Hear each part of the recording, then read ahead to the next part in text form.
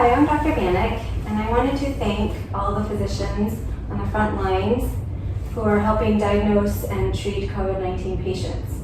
In 1918, during the Spanish flu epidemic, there were many patients who passed away, and those patients who used or who were given osteopathic manipulative treatment during that time had a greater survival rate than those patients who were not.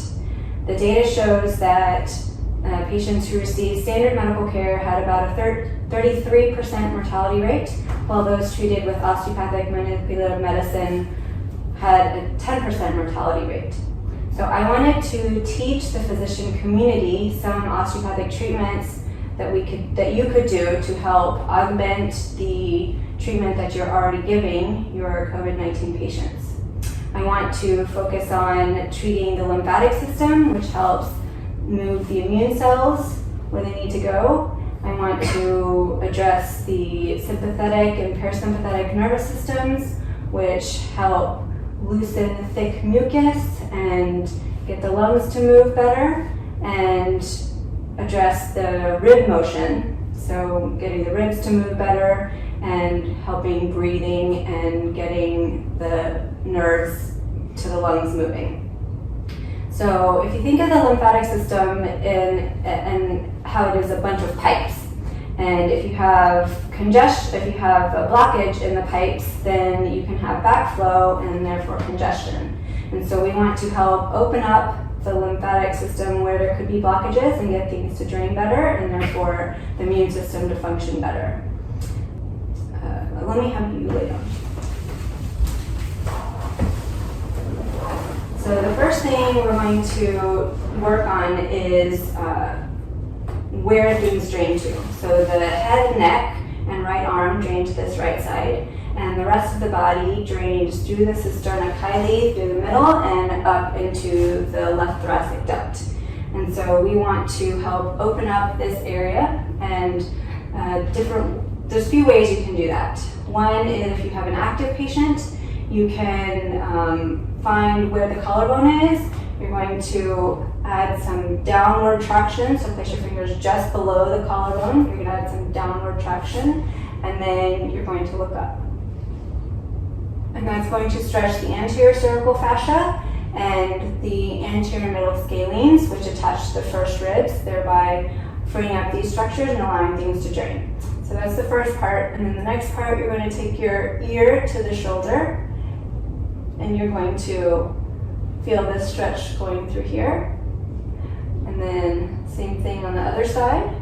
And you can hold it for a few breaths. You're going to feel this stretch, and that helps really open up this area. So that's if you have the active patient. If you have a patient who's inactive or intubated,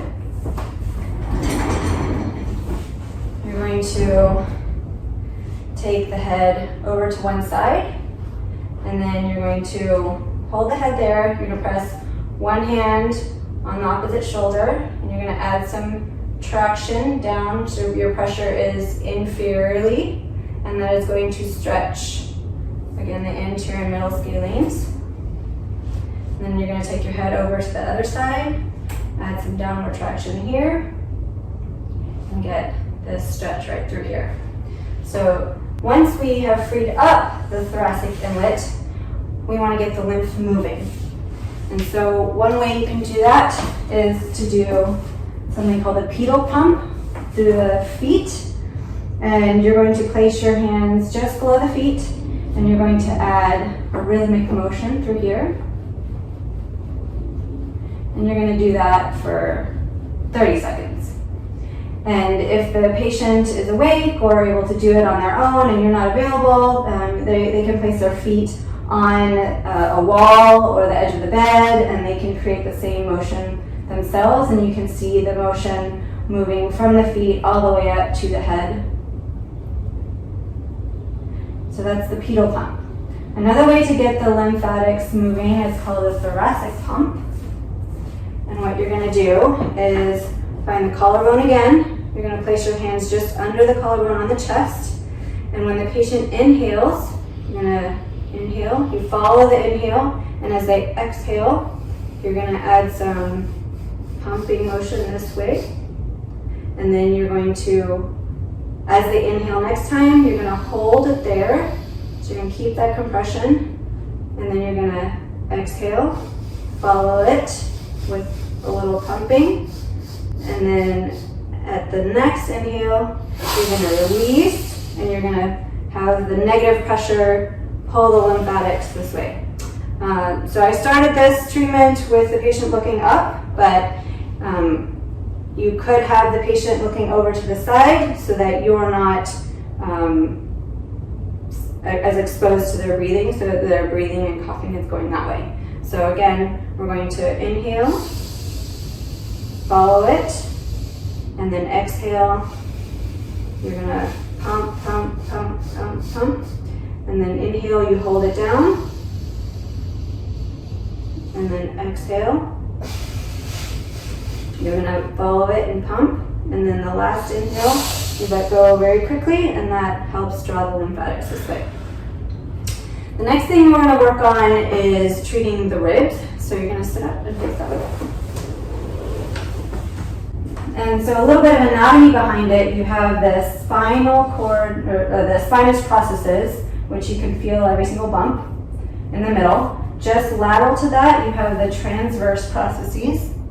And then you have the rib heads meeting and articulating with the transverse processes.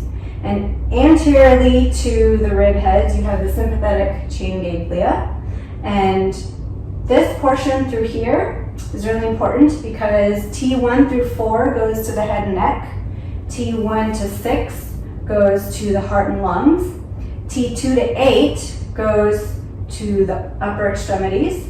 And the reason these are important is because we have viscerosomatic reflexes. So an example would be when you have an MI and you have a patient complaining of pain radiating to the jaw and down the arm. That would be an example of a viscerosomatic reflex. What we're going to be working on is the somatovisceral reflex. We want to affect the lungs by treating the soma and stimulate those nerves that are going to the lungs. And so the way we're going to do this, and the landmark, if you have the shoulder blades right here, the scapula, this is the level of T7. So this is the area that we're going to focus on. And you're going to start with your hands like this, and you're going to place them along the sides here. So right through here. So when he's laying down, this is my hand placement this way. And the way we're going to do it, if you start and if you use your hands only, this can get tiring. What we're going to do is place our wrists, or our forearms on the edge of the table, and then we're going to have this motion. And so this is going to be more ergonomic for you. So let me have you lay down on your back.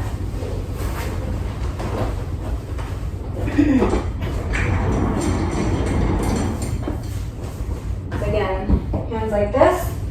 We're going to find, the way you can start out is again finding the spinous processes in the middle. You're going to come just lateral to that. And then you're going to add some pressure anteriorly. And then you can work your fingers down and do the same thing. You can do it all the way down to the diaphragm. And then you want to make sure and treat both sides. So you're going to do the same thing on the other side. Once we've done rib raising, the last thing I want to go over is the suboccipital release. And this is a way to treat the parasympathetic nervous system. So you have the vagus nerve that goes to the heart and the lungs and the digestive system. And balancing that is really important because, for example, if you have intubated patients, you're really extending the neck to be able to get good visualization to insert the tube. And so this is a good way to help balance that. So again, fingers like this, and you're going to find the edge of the head. So let me have you sit up very quickly so I can show them.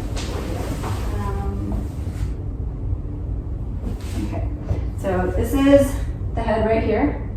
You're going to find that ridge right where it falls off. So the very top of the neck, edge of the head, this is where you're going to place your fingers. Okay, so lay down here. Good job. So fingers like this. You're going to find where the edge of the head is, base of the head. You're going to cup your fingers and hold some pressure there. The head is going to rest in your palms. And you're going to hold it here until you feel the muscles relaxing.